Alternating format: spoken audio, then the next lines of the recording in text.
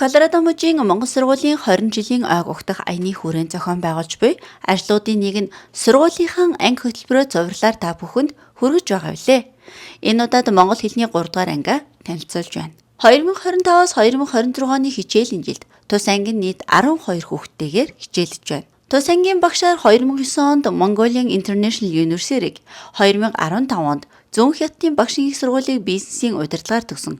Бага насны хүүхдэд ажиллах Rocky Mountain 2026 хөтөлбөрт амжилттай хамрагдсан.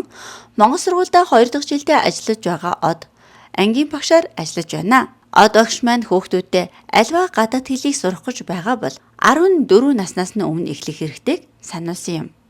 2 дахь жилдээ Монгол сургуульд ажиллаж байна. Тэгээд манай хүүхдүүд болохоор ер нь 10-аас 11 настай хүүхдүүд байдаг. Тэгэхээр одоо илүү том болцсон. Гэхдээ яг өсвөр насны өмнөх үе маш игзэгтэй үедээ явж байгаа. За тэгээд ямар ч хэлийг сурыг гэх юм бол 14 наснаасаа ямар нэгэн хэлийг сурж эхлэх юм бол ямар ч аялгагүй сурдаг байгаа. Тэгэхээр хүүхдүүдтэй ямар нэгэн нэмэлтээр хэл сургая гэж бодож байвал 14 наснаас өмнө буюу одоо 3 дахь хэлийг нь сургаарай гэж зөвлөхөөр байна. Хэрвээ 14 наснаас хойш ямар ч хэл сурж эхлэх юм бол аялгатай, насан туршдаа аялгатай байна. Мянга хичээсэн чи ер нь бол аялгатай байна. За тэрийг сануулах гэсэн юм. Тэгээд манай хүүхдүүд болохоор ерөнхийдөө бол монгол хэлийг үзэхээс гадна бас түүх, соёлын хичээл давхар үздэг байгаа. Тэгээд түүхийн хичээл гэхээр манай хүүхдүүд чинь бид нар хүүхдүүдтэйгээ тийм нарийн ширмээ бүгд ярьдгүү. Тэгэхэд л одоо хилмигдүүлэлт Чингис хаан гих мэтчлэн олон зүйлийг мэдгүй байдаг. Одоо инг хөөслөх гих мэт олон сонирхолтой зүйлийг бид нар хичээл дээр арай сонирхолтой байдлаар үздэг.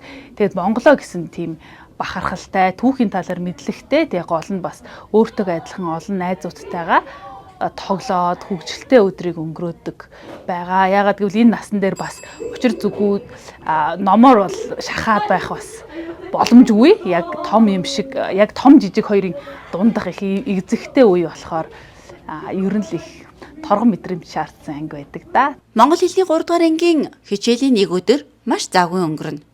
Төрийн дуулаан дуулж эрхэмлээ хийснийхээ дараа хөтөлбөрийн дагуу тухайн өдрийн сэдэвт хичээлээ үздэг байна. Дараа нь унших хичээлээ ороод цээж бичгээ хийн. Монгол сургуулийн багш нарын баримтлагдаг зарчим бол хүүхдэд зүгээр унших, бичихийг заахвч утгыг ойлгоход анхаардаг. Тиймдээ ч хүүхдүүдэд үгсийн сан нэмэгдүүлэхийг хичээн ажилдгаа хэлж байлаа.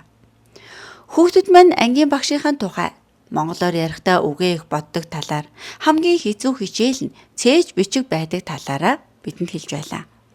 Мөн Монгол сургуульд явдаггүй хүүхдүүдтэй ирээр гоё найзтай болдог шүү гэж уриалсан. Багш маань амар гоё, тэг бас амар гоё зантай, амар гоё. Амар инээдтэй. Тэг амар хөгжилтэй багш. Чээж бичих. Монгол сургуульд явах бол найзтай болно. Бид энэ удаад монгол хэлний 3 дугаар ангиа танилцууллаа. Дараагийн дугаараар залуучуудын хөгжлийн хөтөлбөрөөр танилцуулах болно.